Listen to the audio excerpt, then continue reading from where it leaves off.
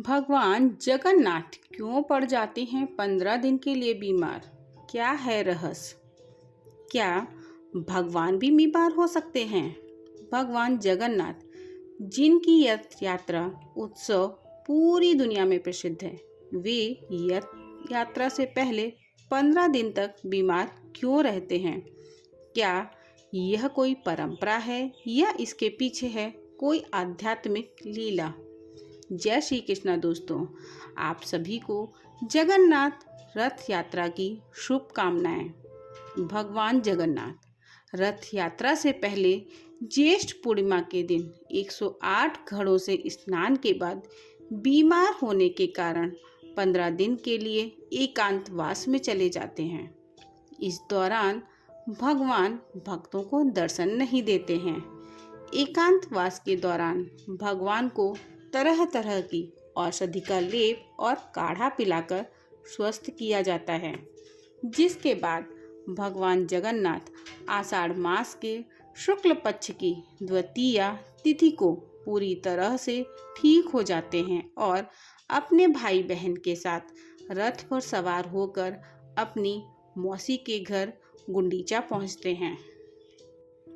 तो आइए सुनते हैं माधव दास नामक भक्त की अनन्य सेवा की कर्म और भक्ति भाव का अद्भुत संतुलन, जिनकी भक्ति के भाव को देखकर भगवान जगन्नाथ उनकी सेवा करने के लिए विवश हो गए।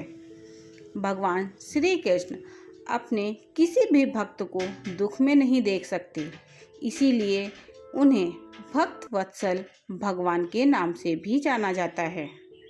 जगन्नाथपुरी में माधवदास नाम के एक भक्त रहता था। माधवदास जी सांसारिक मोह माया से दूर रहते और केवल भगवान जगन्नाथ के भजन व दर्शन करते थे। माधवदास जी भगवान जगन्नाथ को अपना मित्र मानते थे और हमेशा जगन्नाथ जी से बातें करते थे, उनके साथ खेलते थे। इस प्रकार माधवदास अपनी भक्ति में सदैव मस्त मगन रहते थे। एक बार ऐसा समय आया जब माधवदास जी को अतिसार यानी उल्टी दस्त का रोग हो गया, जिसकी वजह से वह इतने दुर्बल हो गए कि उनसे उठना बैठना भी नहीं हो रहा था। उनकी इस हालत को देखकर आसपास के लोग उनकी सेवा करने को आते, लेकिन माधवदास उनसे कह देते कि मेरे तो एक जगन्नाथ ही हैं, वही मेरी रक्षा करेंगे। ऐसा करते करते जब रोग बहुत बढ़ गया, तब भगवान से भी अपने भक्त की हालत देखी नहीं गई और वह स्वयं सेवक बनकर उनके घर पहुँचे और माधवदास से कहने लगे, क्या हम आपकी सेवा कर दें? माधवदास का रोग इतना बढ़ गया था कि उन्हें पता भी नहीं रहता वह कब मल मूत्र त्याग देते थे और वैसे ही गंदे वस्त्र में पड़े रहते थे। अपने भक्त की यह दशा भगवान से देखी नहीं गई और वह स्वयं माधवदास के वस्त्रों को अपने हाथों से साफ करते। इसके बाद भगवान माधवदास के पूरे शरीर को साफ किया करते थे, उन्हें स्वच्छ रखते थे।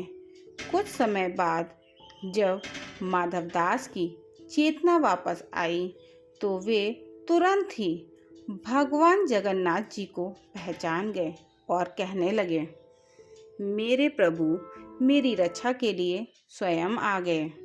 माधवदास ने भगवान से पूछा, प्रभु आप तो त्रिभुवन के स्वामी हो, तो फिर आप मेरी सेवा क्यों कर रहे हैं?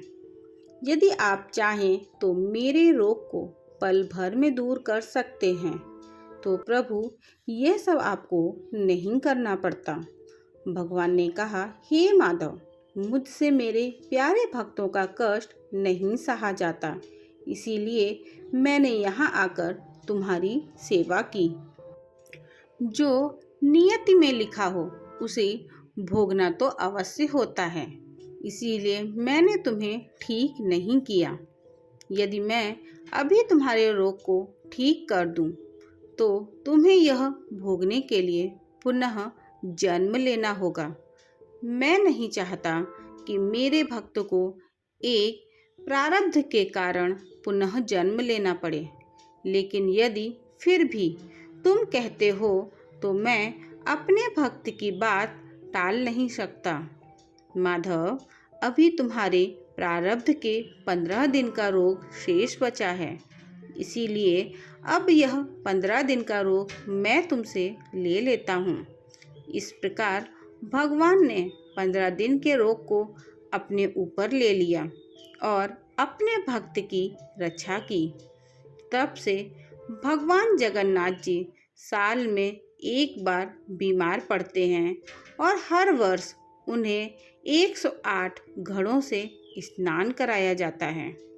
फिर 15 दिन के लिए मंदिर के पट बंद कर दिए जाते हैं।